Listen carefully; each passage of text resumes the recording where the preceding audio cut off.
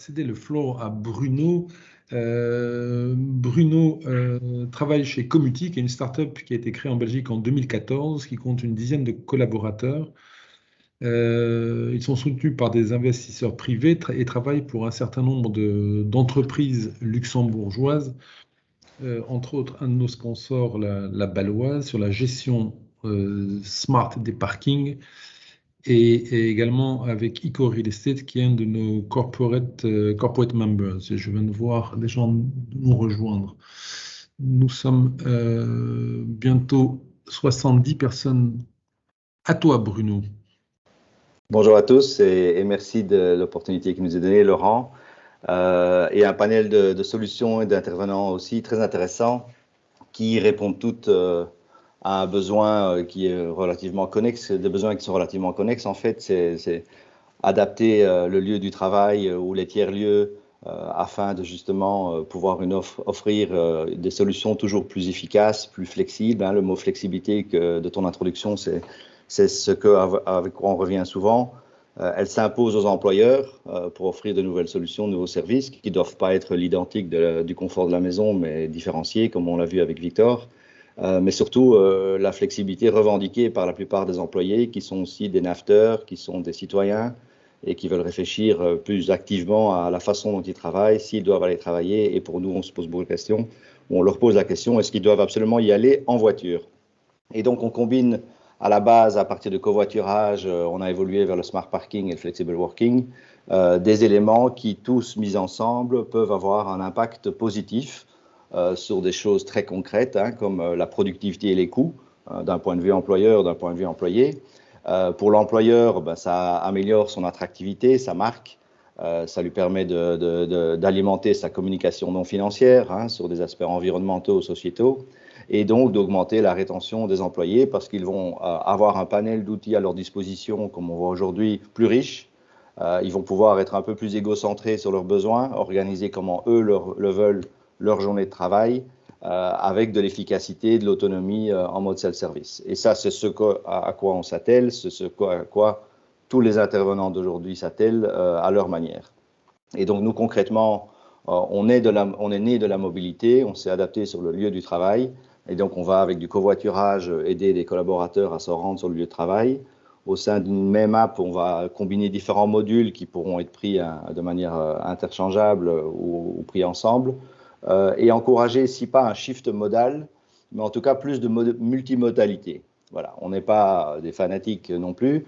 On veut que la personne se pose la question, est-ce que je dois absolument me rendre sur le lieu du travail en voiture et qu'est-ce qui est fait pour encourager les alternatives? Et donc au sein de l'app, on va encourager et donner des priorités à des covoitureurs, à des utilisateurs occasionnels du parking, avec des scores de mobilité parfois pour des analyses du trajet domicile-travail, pour arriver à une gestion la plus efficace, la plus équitable possible du parking, qui est un peu notre cœur de métier, avec qui on le fait notamment, comme tu l'as dit, avec des clients luxembourgeois comme Arcelor, La Baloise ou Eco Real Estate. Et donc, notre système d'attribution des places de parking est assez unique parce que les règles en seront complètement transparentes et équitables, contrairement à des versions simples ou élaborées d'un premier arrivé, premier servi, comme on réserve une salle de réunion dans Office 365. C'est le système qui va attribuer les places sur base de critères classiques de priorité ou des critères totalement dynamiques sur l'usage effectif récent, sur la personne qui covoiture, sur la personne qui a un mauvais score de mobilité et autres. Et on va distribuer ces places de manière continue et tout au long de l'après-midi en fonction des annulations, parce qu'on est dans un monde aussi du dernière minute.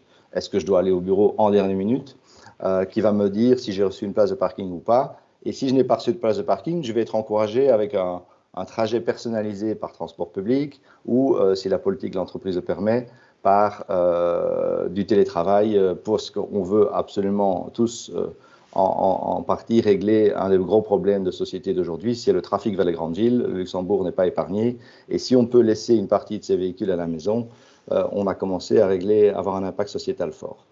Et donc on va faire tous les scénarios qui vont se trouver dans un parking et qui sont faussement simples, c'est un sujet très sensible aussi au Luxembourg, avec les bornes de recharge, les places nominatives, est-ce qu'on facture à l'usage pour le parking? C'est une tendance qu'on voit de plus en plus. Au-delà des abonnements qu'on prend à l'année, on va plutôt se diriger vers un portefeuille de solutions pour lesquelles on fait un paiement à l'usage et avec la data qui sera essentielle pour pouvoir mesurer comment on fait les choses. Donc voilà, je sens qu'on n'a plus beaucoup de temps et donc je vais accélérer et conclure. On s'adresse. 2 minutes encore. Ah, mais voilà, je savais que tu avais beaucoup parlé, donc je voulais pas que le dernier soit sacrifié.